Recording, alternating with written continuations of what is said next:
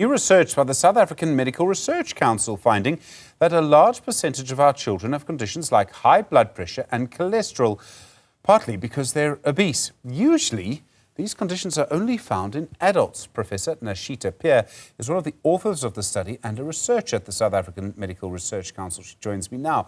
Professor Peer, good afternoon. I do appreciate the time. You were looking at quite young children, some of them just 5, the average age, children just over the age of 7. What symptoms did you find? Well, unfortunately, they had a very high prevalence of high blood pressure, which is known as hypertension, as well as pre-hypertension, which is a precursor to hypertension. So this was almost half the children had hypertension, which is incredible for children who generally, because these are diseases that generally develop in older age. And also they had a very high rates of dysglycemia, which includes diabetes and prediabetes. And as most people know, these are diabetes and hypertension are very serious problems because they can give you heart attacks and strokes. So the fact that these conditions are occurring in such young children is very concerning, and more so considering that it is preventable. So if the kids you reduce the levels of obesity or reverse it completely, it is highly unlikely that these children will develop hypertension and diabetes that generally occurs in adults and generally occurs related with age if they are not obese.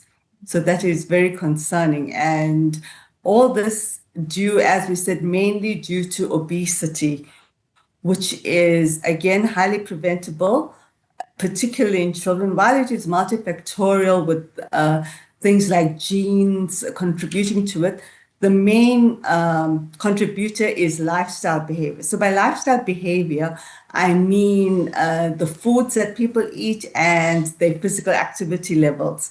So basically what happens is that energy in should be less than energy out for your physical activity. So if you're consuming more and expending less energy, and that is how obesity builds up.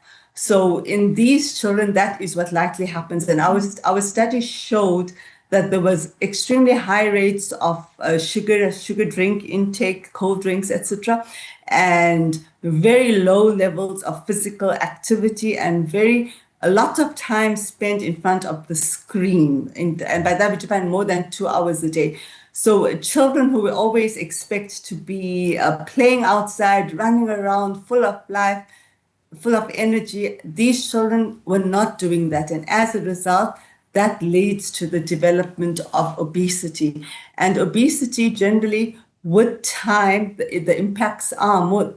The development of hypertension, more than 50% of children with high blood pressure will be found to be obese. So that is the key risk factor. So while genetics plays a role, the main factor is the unhealthy lifestyle behaviors that lead to all these things. And it is not the fault of the parent or the child or the individual.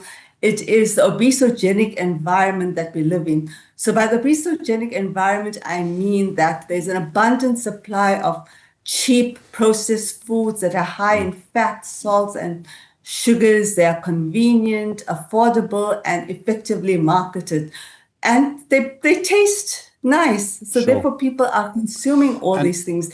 And as a result, that's how people become obese. So it is to prevent this here. It is while we need policy, legislation, programs, increased awareness at the individual family level, what can be done is that we all, not just children, we all need to be aware of what we are eating. Sure. Eat mindfully and eat in moderation. Professor, I'm sorry to interrupt you, if I may. So we have an incredibly diverse society, as you know, and what we've seen in other parts of the world is actually the richer you are, sort of the thinner you are. It's a strange thing. It's the complete opposite of what societies were like 150 years ago. But you're healthier, you eat better. Are we seeing that in South Africa too? The poorer you are, unfortunately, perhaps the more likely you are to be eating the wrong thing and therefore have, the children are obese? So this is actually related to something called the epidemiological transition, which I won't get into detail, which means that first, the abundant foods are more easily accessible to the wealthier people, and then they develop obesity, etc. And then with time and increased awareness that this is not good for you, this is bad for you, they change their habits, they have access to more physical activities, gyms, etc., and they are more mindful of what they eat, and they reduce their weight and they control what they have. Whereas at the same time, we find the unhealthy foods are quite cheaper with all the fast foods, etc.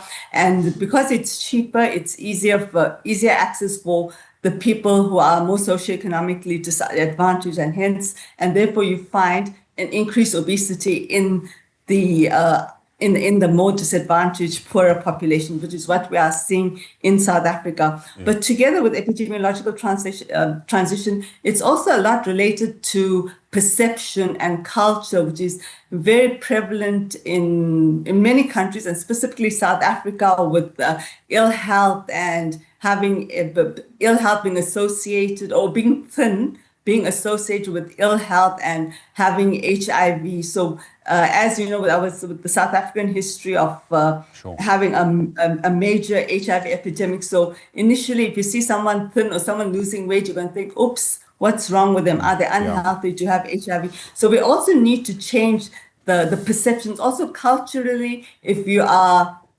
more on the heavy side, you are viewed as being happier, healthier, wealthier, being better cared for by your spouse, etc. Sure. So it's a very complex situation that we need to change. I'm sorry to interrupt, Professor. Just to understand, so we know that a lot of children grew up in South Africa on a cheap carbohydrate, on pap, right? Sometimes potatoes.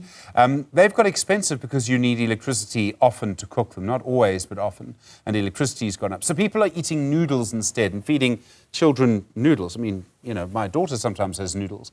On noodles, and yet they don't seem to be nearly as nutritious. As we see people changing what they eat, is this one of the reasons that children are becoming obese? It's, as I said, contributed the easy access to the cheap, unhealthy foods. So with that in mind, it's also very important for the public to be aware of the foods that they are eating. So it's important for foods to be clearly labeled. So you have to understand, is this, if you have two products in front of you, which one do I choose? Which is the healthier products? So you need to have a front of pack food labeling, so tell you the percentage saturated fat, salt, sugar, other nutrients, etc. And also a simple system for, people don't want to read the very tiny writing at the back of the food labeling, is which has been done in other countries and found to be successful, is the traffic light system. So red, yellow, green. So which red indicates bad, unhealthy foods, green indicates good, healthy choices.